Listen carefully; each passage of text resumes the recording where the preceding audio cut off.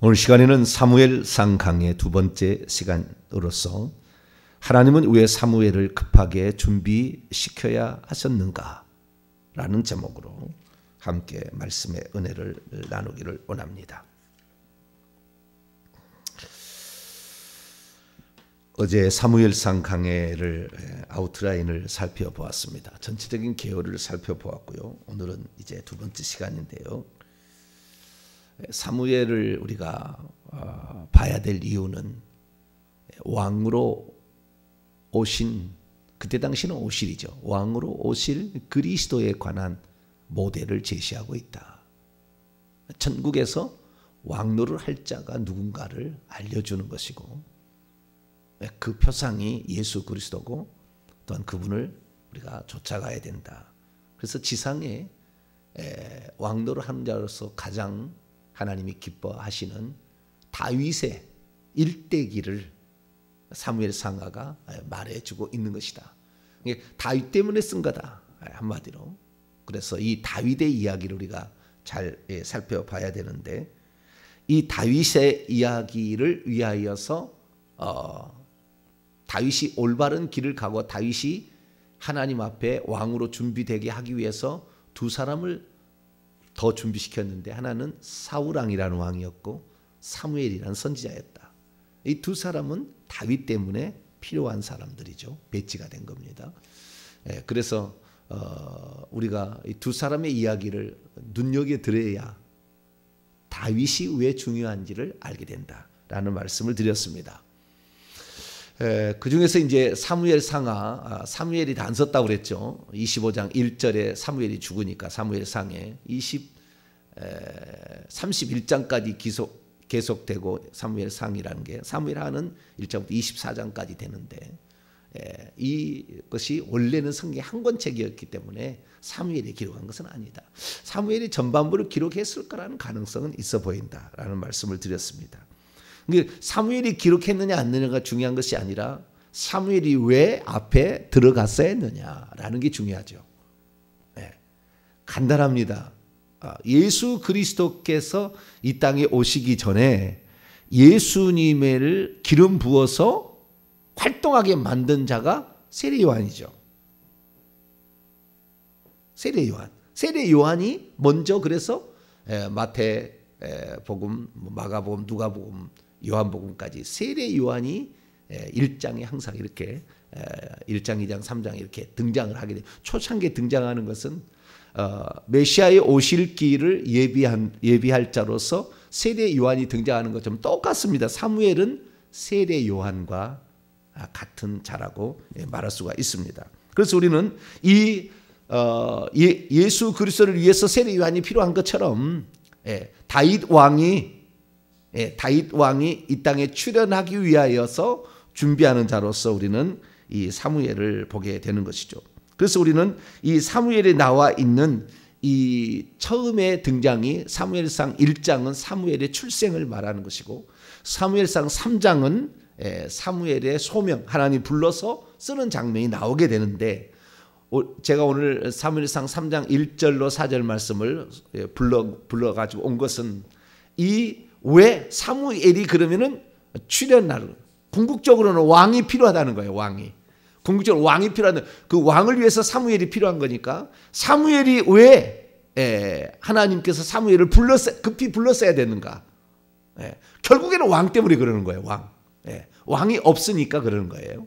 그래서 이 왜 급하게 불렀어야 되는가, 그 이유를 이 사무엘상과 그 다음에 사사기의 말씀을 통하여서 살펴보려고 합니다. 우리가 먼저 알아야 될 사실은 뭐냐면은, 이 사무엘이 얼마만큼 중요한 존재인가라고 생각을 한번 해보자는 거죠. 우리는 사무엘에 대해서 그렇게 중요하게 여기지 않습니다. 구약의 인물이다 그러면은 아브라함, 모세, 그다음에 다윗, 요 정도 이제 좀 중요하게 여기는 큰 인물을 본다면 이렇게 사무엘은 그 축에 들지 않아요, 보통. 그런데 이스라엘 사람은 아니 하나님은 그러지 않다는 거예요. 사무엘의 중요성을 알아야 됩니다. 자, 시편 99편을 열어볼까요? 시편 99편 6절입니다. 시편 99편 6절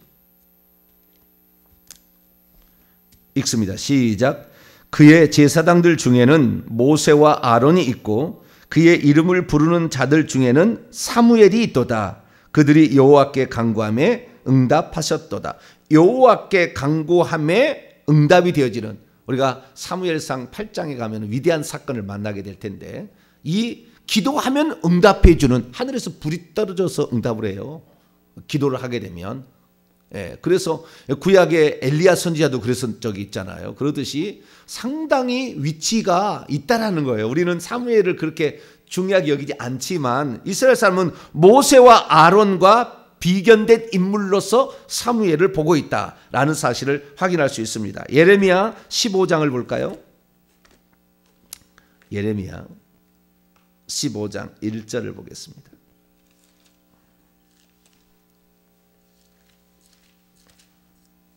남유다의 마지막 선지자, 예레미야 15장 1절. 하나님께서 그렇게 말씀을 하시는 거예요. 사무엘이 중요한 인물이다. 우리가 사무엘이 중요한 인물이라는 걸 조금 더 얘기를 하겠습니다만은 세례 요한과 같은 그러한 단순한 그런 것은 아니에요. 아주 중요한 인물입니다. 그래서 제가 지금 말씀드리는 거예요. 예레미야 15장 1절을 같이 읽습니다. 시작. 여호와께서 내게 이르시되 모세와 사무엘이 내 앞에 섰다 할지라도 내 마음은 이 백성을 향할 수 없나니 그들을 내 앞에서 쫓아내 보내라. 모세와 사무엘 같은 사람이 내 앞에 왔다 갈지라도 내가 이 백성을 없애버려야 되겠다. 내가 지금 작정을 했는데 돌이킬 수 없을 거다. 그러니까 그만큼 모세와 레벨이 비슷하다는 거 아닙니까?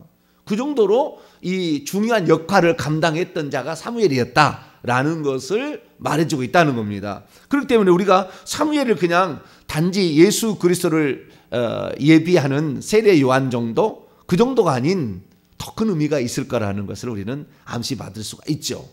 그래서 다윗을 예비했지만 다윗보다 더 중요한 인물로서 우리가 중요한 인물은 아닙니다만은 다윗을 준비하는 그 인물로서 아주 그 중요한 점이 있다는 것입니다. 우리는 이 사무엘을 어떻게 봐야 되냐면은 우리가 장차 공부를 하겠지만 사무엘은 세 가지 직책을 가지고 있었어요. 첫째는 사사의 직책을 가지고 있었죠. 둘째는 이가 이제 오늘 3장부터 이제 부름을 받아서 선지자 일을 하는데, 선지자 하기 전에는 제사장 하고 있었다고요. 제사장을 아직은 뭐 20세부터 50세까지인데 아직 아닙니다만은 제사장의 아들처럼 지금 한 3살 때에 한나가 나시인으로 바쳐가지고 결국에 제사장의 지금 그 교육을 받고 있기 때문에 제사장과 그 다음에 선지자와 그리고 그 다음에 사사라는 이 세 가지 직책, 사사라는 그 직책이 뭐냐, 이걸 알아야 되는데, 그래서 사사기를 좀 알아보려고 합니다. 자, 우리가 그 성경을 살펴보게 될 때에 이 사사의 이야기를 좀 살펴봐야 됩니다. 왜냐하면은 사사였기 때문에. 구약의 사사를 보게 되면요, 구약의 사사를 보게 되면 사사가 총 12명이라고 하는 사람도 있고 14명이라는 하는 사람도 있어요. 물론 그 안에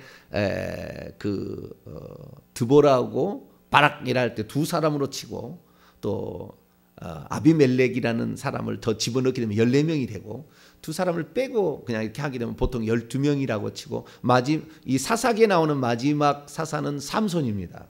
삼손.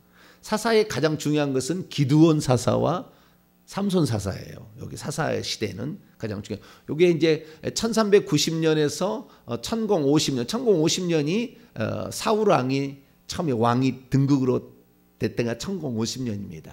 그래서 350년 정도의 일어났던 그 시절에 하나님께서 이스라엘 민족이 잘못했다고 회개를 했을 때 그들을 구출하기 위한 구원자로서, 그리고 그들을 재판하는 재판자로서, 그러니까 사법적 기능과 정치적 기능을 수행하는 최고의 지도자를 사사라, 판관이라 이렇게 얘기를 하죠. 그래서 천주교에서는 판관기라고 얘기를 하는데 우리는 사사기지만, 이 사사들이 나오는데 이 사사들의 마지막 주자로서 삼손 다음에 엘리라는 제사장도 사사였고요. 좀 더 나중에 다 배웁니다. 엘리라는 제사장도 사사였어요. 58세에 50년에 대제사장을 그만두고 아들 홈리아 비나스에 넘기고, 그리고 제사장이 됩니다. 하나님께 부름 받아서 사사가 됩니다. 아직은 사사예요. 사사 시대예요. 그래서 사사 다음에 엘리가 죽고 그 다음에 사무엘도 사사가 되는 거예요. 사무엘도 사사가 되는데 그 사무엘이 죽을 때 두 아들을 시켰는데 두 아들이 불량자였습니다. 그래가지고 우리는 더 이상 이 사사를 다스림 받지 않는, 우리 왕을 달라 해서 드디어 왕이 탄생하게 되는 겁니다. 그래서 우리는 그 사사 시대가 저물어가는 그때에 사무엘을 등장시켰던 것은 사사가 타락할 수 있다는 걸 때문에 그런 거예요. 이 핵심은 거기에 있어요.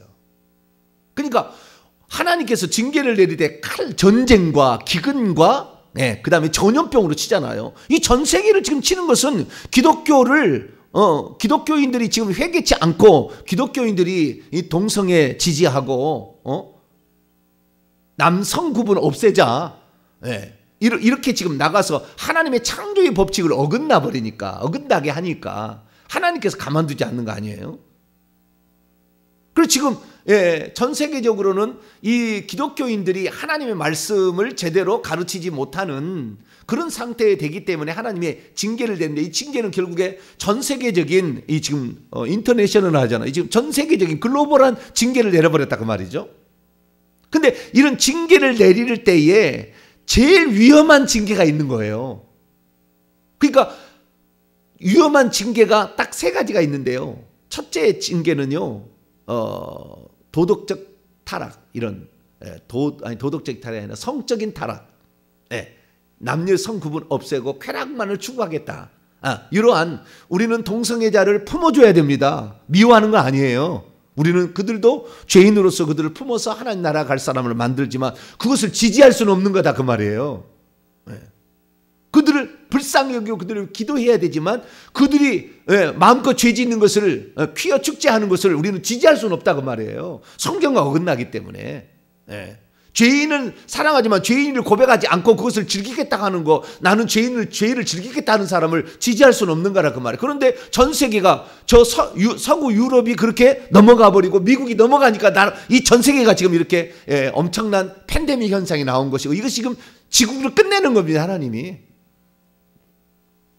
왜냐하면 요한계시 6장을 보게 되면 그 전염병이 인간을 치기 마지막 직전이에요. 핍박이 오기 전에 마지막 직전이라고요. 그 재앙이. 그래서 지금 이렇게 치고 있는데, 그래서 이 성적인 타락이 매우 나쁜 것인데요. 이 성적인 타락이 요 시대에 나타납니다.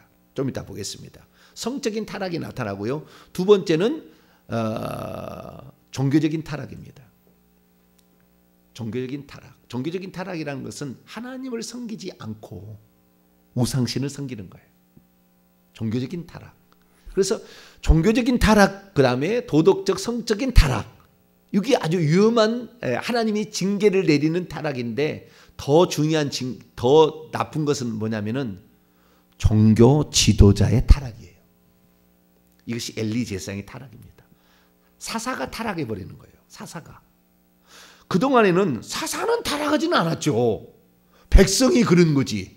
백성이 잘못된 길을 간 거지. 지도자가 잘못된 길을 가지는 않았다 그 말이에요. 그런데 지금 사무엘을 세워서 빨리 왕을 세워야 될 이유는 뭐냐면 지도자가 타락했기 때문에 그래요. 지도자가 타락하면은요, 나라가 망해버립니다. 한 나라가 망하고 안 망하고는 지도자에 달려 있어요. 교회가 바로 서냐 안 서느냐는 지도자에 달려 있는 거예요. 다른 거 달려 있지 않아요. 지도자는 한 사람이 아니에요. 한 사람이 아니라고요. 하나의 민족입니다. 민족. 지도자는 이건 한 사람이 아닙니다. 그걸 아셔야 돼요. 그래서 이 지도자의 타락이 가고 종교 지도자들의 타락, 이게 지금 나타나 버렸기 때문에 더 이상의 사사시대를 끌어가지 않겠다는 겁니다. 하나님이 사사시대 끝내겠다는 거예요. 그래서 이제는 새로운 시대, 사사시대를 넘어서 왕정시대로 넘어가는 왕으로, 왕이 그렇게 탐탁하진 않아요. 왜냐하면 원래 왕이라는 것이 하나님을 잘 섬기는, 하나님께 순종해야 되는데 1번의 왕을 세워놨더니 사울왕이 겸손해서 전쟁도 잘하고, 왜냐하면 이 12개의 부족 공동체를 전쟁에서 승리케 하려면 전쟁이 잘해야 되잖아요. 외국에 곡식을 안 빼앗기고 포로로 안 잡혀가게 하려면 이게 중요하거든요. 옛날에는 전쟁 능한 가가 최고 왕입니다. 전쟁 못하면 왕 못한 거예요. 옛날에는 강력한 전쟁 용사였어야 돼요. 그게 옛날의 왕. 지금은 그러지 않습니다. 지금은 잘 쓰면 되는 것이지 그때는 그러지 않았죠. 자기가 최전방에 서서 전쟁을 해서 승리하는 사람들이죠. 다 그랬습니다. 옛날에는.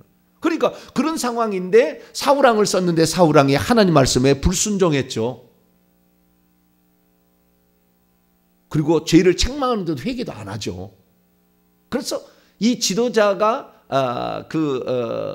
세웠는데 이 지도자가 이렇게 타락을 하는 거예요. 그래서 하나님께서는 내 마음에 합한 참 지도자를 나는 한 사람은 내가 너희들에게 샘플로 보여줄게 라고 지명해서 이 땅에 보내는 것이 다윗이에요. 그러니까 우리는 다윗을 정말 연구를 많이 해야 되는 거예요. 왜? 하나님께서 이 땅의 왕이라는 샘플로서 나는 그를 보여주겠다고 보여준 거기 때문에. 다윗왕만큼 잘했던 왕이 그 뒤에 단 한 명이 존재하지 않습니다. 39명의 왕이 등장하는데 남유다 북이스라엘 합쳐가지고 단 한 명도 등장하지 않습니다. 그래서 우리는 이 다윗왕의 지금 시대에 들어가게 되는데 그 다윗왕의 직전의 상황이 뭐였느냐? 종교 지도자의 사사가 타락을 해버렸다는 거예요. 사사기를 읽어보게 되면은 이 사사기는 그 민족적인 종교적인 또는 사법권을 가진 지도자로서 사사를 세웠는데 총 12명 내지 14명이라고 일컬어지는 사사가 세워집니다. 그런데 사사가 세워지는 그 이유가 나와요. 자, 사사기서를 들어가 보죠. 사사기서 2장 16절에서 18절까지 보죠. 왜 하나님이 사사를 세웠나? 사사기 2장 16절에서 18절까지 말씀을 봅니다. 시작. 여호와께서 사사들을 세우사 노략자의 손에서 그들을 구원하게 하셨으나 그들이 그 사사들에게도 순종하지 아니하고 오히려 다른 신들을 따라가 음행하며 그들에게 절하고 여호와의 명령을 순종하던 그들의 조상들이 행하던 길에서 속기 치우쳐 떠나서 그와 같이 행하지 아니하였더라. 여호와께서 그들을 위하여 사사들을 세우실 때는 그 사사와 함께 하셨고 그 사사가 사는 날 동안에는 여호와께서 그들의 대적의 손에서 구원하셨으니 이는 그들이 대적에게 압박과 괴롭게 함을 받아 슬피 부르짖음으로 여호와께서 뜻을 돌이키심이거늘. 그러니까 사사들을 세울 때는 사사들과 함께 하사 사사들의 말을 듣겠는데 사사들 말을 안 들으면 백성도 치는 거죠. 그래서 사사만큼은 타락하지 않은 거예요. 근데 엘리 제사장 때에 이 마지막, 그러니까 삼손 다음의 사사죠. 13번째 사사라고 일컬어요. 또 15번째 사사라고 말할 수 있는 엘리 제사장이 타락을 한 거예요. 이 사사가, 엘리 사사가 타락을 한 겁니다. 그러자 하나님께서는 블레셋을 갖다가 아예 홈리와 비나스 하루아침에 죽여버리고요. 엘리 목 부러져서 죽게 만들고요. 법궤 빼앗게 만들어서 내가 너와 함께 하지 않는다는 걸 보여줘요. 그래서 이 종교 지도자들의 타락은 이것은 끝을 보는 겁니다. 끝나는 거예요. 끝내버리는 거예요. 하나님이 없애버리는 거예요. 아예.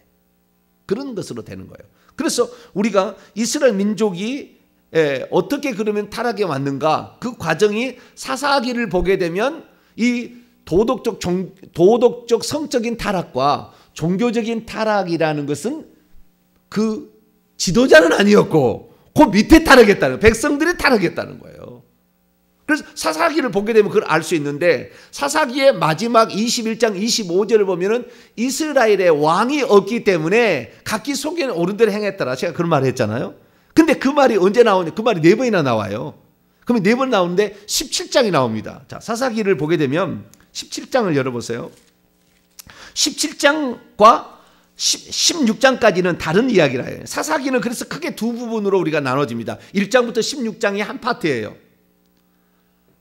1장부터 16장까지가 한 파트.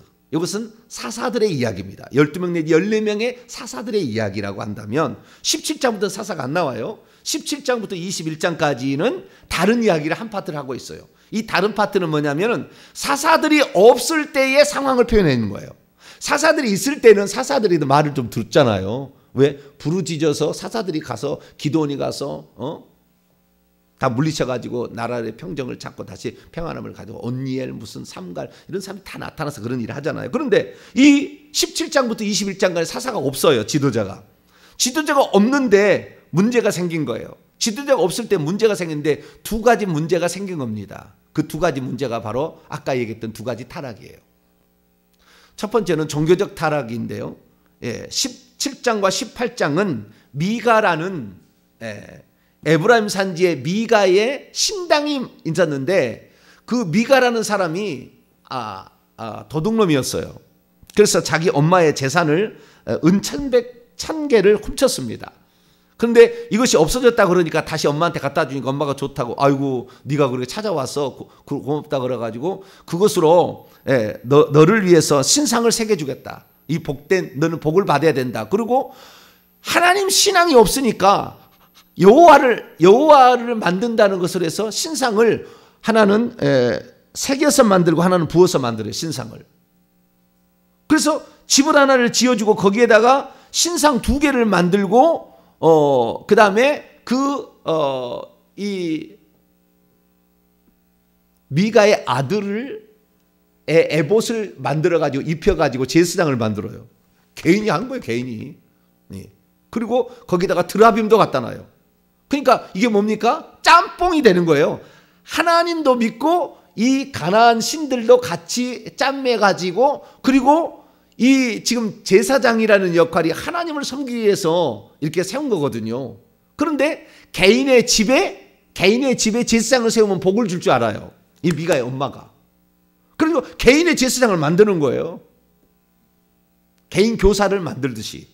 그래서 제사장도 아닌 베들레헴 출신의 한 레위를 갖다가 너 돈 줄 테니까 제사장 해라. 그래서 자기 아들이니까 자기 아들은 그걸 못하니까 자기 아들을 치우고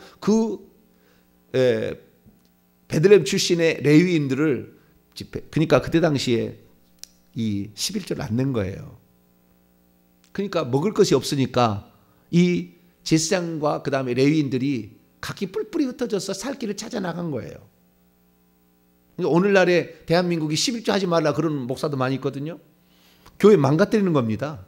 교회 완전히 망가뜨려 작정한 거예요. 예수님도 마태복음 23장에 보면은 이 11조 하라고 하셨다고요. 그런데 그냥 망가뜨리는 거예요. 율법의 규정은 폐지됐다라는 거예요. 그런 식으로 해서 망가뜨리는 거예요. 예수님의 말씀을 그렇게 난도질하면 안 되죠. 근데 좌우지간 그래가지고 이 레위인이 갈 길을 몰라서 찾아가다가 내가 너에게 은 10개를 주고 의복을 한 적을 주고 먹을 걸 줄 테니까 우리 집에서 제사장 역할을 해라. 그래가지고 그 레위인이 제사장 역할을 하게 되는데 그 레위인이 누구였냐면은 이 모세의 손자예요. 손자. 그 레위인이. 요나단이라는 레위인을 보면은 게르손 고핫 무라리인데 게르손의 아들이에요. 그래가지고 뭐 손자라고 말할 수는 손자라고 말할 수 있지만 그 계열이잖아요. 근데 이 게르손의 아들이에요. 게르손 고핫 무라리라는 레위인의 그 게르손의 아들이에요. 요나단이 사람이 그렇게 미가의 집에 가서 제사장 역할을 한 거예요. 그러니까 완전히 이건 이 종교의 짬뽕이 일어났고 먹을 것을 찾아서 개인을 축복해 주는 사람으로 제사장이 전락해 버린 겁니다. 오늘날하고 비슷하잖아요. 네? 예? 여러 가지 신앙 다 가졌다가 가 짬뽕해서 다 이렇게 하고 결국에 이 성직 제도가 타락해서 이 개인을 위한 축복하는 기복 신앙으로 바뀌면서 다른 드라빔까지 가져다가 하는 종교적 혼합주의에 빠져버린 겁니다. 그러니까 신앙의 총체적인 타락을 사사기 17, 18장은 얘기하고 있어요. 그런데 그것이 그대로 끝나면 괜찮았는데 문제는 뭐냐면 이 개인의 타락이 개인이 그 제사장을 자기 집에 개인 제사장을 만들었다가 그 축복을 했나 너에게 밥 준다고 먹을 것 준다고 그 집에 했나고 있었는데 뭐냐면 이것이 지파의 타락으로 이제 확대가 됩니다. 어떻게 타락되냐면은 이 단지파가 자기의 땅일 기업을 없어가지고 땅을 찾아서 헤매다가 북쪽으로 이동하다가 에브라임 산지에 도착합니다. 그런데 에브라임 산지에 가니까 미가가 있다는 얘기를 듣고 들어가서 미가에 가서 이 5명의 그 땅을 알아보러 갔던 사람이 미가의 그 집에 그 제사장이 있다는 거. 야, 네가 그런 제사장 역할을 한다는데 우리가 그러면 땅을 찾으러 가는데 한번 점 한번 쳐봐라 이런 거예요. 그랬더니 잘 될 겁니다. 얘기해 준 거예요. 잘 될 겁니다. 에봇이 안에 우림과 둠밈이 있잖아요. 그래서 잘 될 겁니다. 얘기를 해준 거예요. 그러니까 이 단지파 사람들이 북쪽으로 올라가서 라이스라는 곳까지 올라가는데 진짜 보니까 평화롭게 사는데 아무도 뭐 터치하는 데가 있어요. 이 땅을 정복하면 되겠구나. 그래서 그 땅을 정복하기로 결정을 합니다. 그래서 내려와가지고 자기 지파를 태우고 올라갈 때에 미가의 집에 들려서 그 요나단한테 얘기합니다. 야, 한 집안에 제사장 노릇을 할래? 아니면 한 지파의 제사장 노릇을 할래? 내가 너 잘해줄게. 그러니까 돈 월급 많이 준다니까 어디로 가는 거예요? 월급 많이 주는 데로 가는 거예요. 이제 똑같은 상황이 지금 벌어지는 거예요. 월급 많이 주는 교회로 가는 거예요. 그래서 한 지파에 따라가 버립니다. 그래서 단지파 이게서 단과 베델의 그 우상을 섬겼다는 것이 그것 때문에 나온 거예요. 그 미가의 있었던 그 우상을 그대로 가지고 갑니다. 그래서 단지파에서 나중에 정그리스도로 나온다는 얘기가 그런 우상 숭배 지파라는 얘기가 그런 나오잖아요. 창세기도 49장에 나오지만. 네. 그래서 이 개인의 타락이 결국에 한 지파의 타락까지 갔어요. 근데 이제 19장부터 21장까지 새로운 또 일학이 있는데 레위인이 이것도 베들레헴 출신의 레위인이에요. 근데 이 레위인이 첩을 뒀다는 거예요. 첩을 뒀는데 이것은 이제 성적 타락인 거예요. 도덕적 타락인 거예요. 첩을 뒀는데 그 첩이 집에 친정이 돌아가 버렸어요. 그래서 친정에 돌아가 버린 그 첩을 되찾기 위하여 이 레위인이 그 베들레헴에 갑니다. 근데 베들레헴에 가는데 그 아내를 데리고 오다가 에브라임 산지를 넘어서 기브아라는 곳을 지나가게 되는데 기브아에는 베냐민 지파가 살고 있는 그러니까 기업으로 받은 땅이에요. 근데 그 옆에 그 예루살렘이 있는데 예루살렘은 아직도 여부수 족속이 이방 족속이기 때문에 내가 어떻게 이방 족속의 땅에 잠자러 가랴? 우리 족속에 가야 된다고 기브아로 들어갔는데 아무도 자기를 받아주지 않는 거예요. 그렇게 타락했어요. 아무도 그를 자기 집에 와서 모시거나 객과와 가부를 이렇게 용납을 안 하는 거예요. 근데 어떤 노인이 베들레헴 출신의 그 노인이 하나 에브라임에 있었는데 에브라임 산지에 있었는데 자기 집으로 들어오라고 합니다. 그러자 이 기브아의 불량배들이 집에 닥쳤어요. 롯이라고 똑같은 겁니다. 당신의 그 집에 들어간 그 남자를 그 레위인을 내놔라. 우리가 동성애를 하겠다고 그래요. 누가요? 베냐민 지파 사람들이 동성애를 하겠다고 내놓으라고 합니다. 그러니까 그 노인이 그러지 말고 내 딸이 있으니까 내 딸하고 그 다음에 첩이 있잖아요. 이 두 여자를 내놓을 테니까 남자에게를 그렇게 하지 마라. 그렇게 얘기하고 막 싸움이 날 것 같으니까 이 레위인이 자기 첩을 내줘요. 근데 그 첩을 윤관을 합니다. 밤새도록 윤관을 했다가 아침에 이제 떠나려고 하는데 이 여자가 손을 문턱에다 얹고 이렇게 엎어져 있어요. 이렇게 보니까 죽었어요. 윤관을 당해서 죽은 겁니다.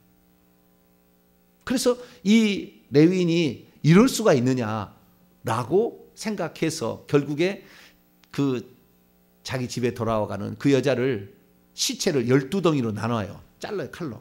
그래서 각 지파마다 이걸 보내줍니다. 이런 일이 있었다고. 그래가지고 이 얘기를 들었더니 전 지파들이 다 모입니다. 모여가지고 이런 일은 있을 수가 없는 일이다. 어디에서 그랬느냐? 기브와 베냐민 지파라는 거예요. 그래가지고 화가 나서 전부 베냐민 지파를 가만둬서는 안 된다 해서 40만 명이 모집을 합니다. 그런데 지도자가 없어요. 지도자가. 그냥 단지 어른들만 있는 거예요. 어른들. 그 위에 어른들만 있고 지도자가 없는 거예요. 최고의 꼭대기가 없는 거예요. 그러니까 우리가 어떻게 할까? 뭐 그러다가 저 베냐민을 우선 조치를 합시다. 그래서 몇 사람을 보냅니다. 그 분량배를 내놔라. 그러면 전쟁을 하지 않겠다. 그런데 베냐민 사람들이 그 분량배를 안 내줍니다. 우리 지파 사람인데 내줄 수가 없다는 거예요. 그러니까 그러면 전쟁하자는 거냐? 우리 저 전쟁하겠다. 그래서 전쟁을 합니다. 그래서 11개 지파와 베냐민 지파가 전쟁을 하는 거예요.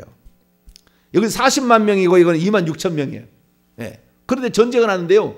1차 전쟁에도 엄청난 많은 숫자가 연합지파가 져버려요. 2차 전쟁인데 또 연합지파가 져버려요. 그럼 막 슬피 웁니다. 그래서 하나님께 기도하며 하니까 이번에는 이길 것이다. 그래서 3차까지 집니다. 3차까지 지고요. 4차 때 이기게 됩니다.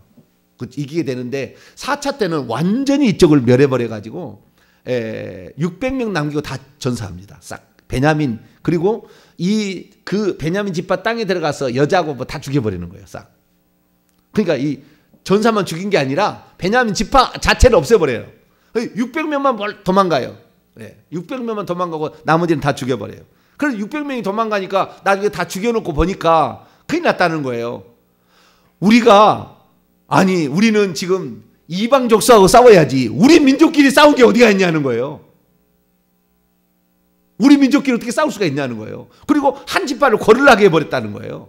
그래서 나중에 후회하고 그래가지고 이 전쟁에 참여하지 않던 길라 라베스의 여자들을 데려다가 시집 이렇게 결혼할 수 있도록 해주고 실로에 있는 여자들을 데려다가 이렇게 결혼해라 해서 600명을 살려줘서 간신히 납니다. 그래서 이 사울이 나중에 바울이 되는 신약 시대에 유다 지파의 가장 작은 베냐민 지파라는 것은 그래서 한 얘기예요. 그래서.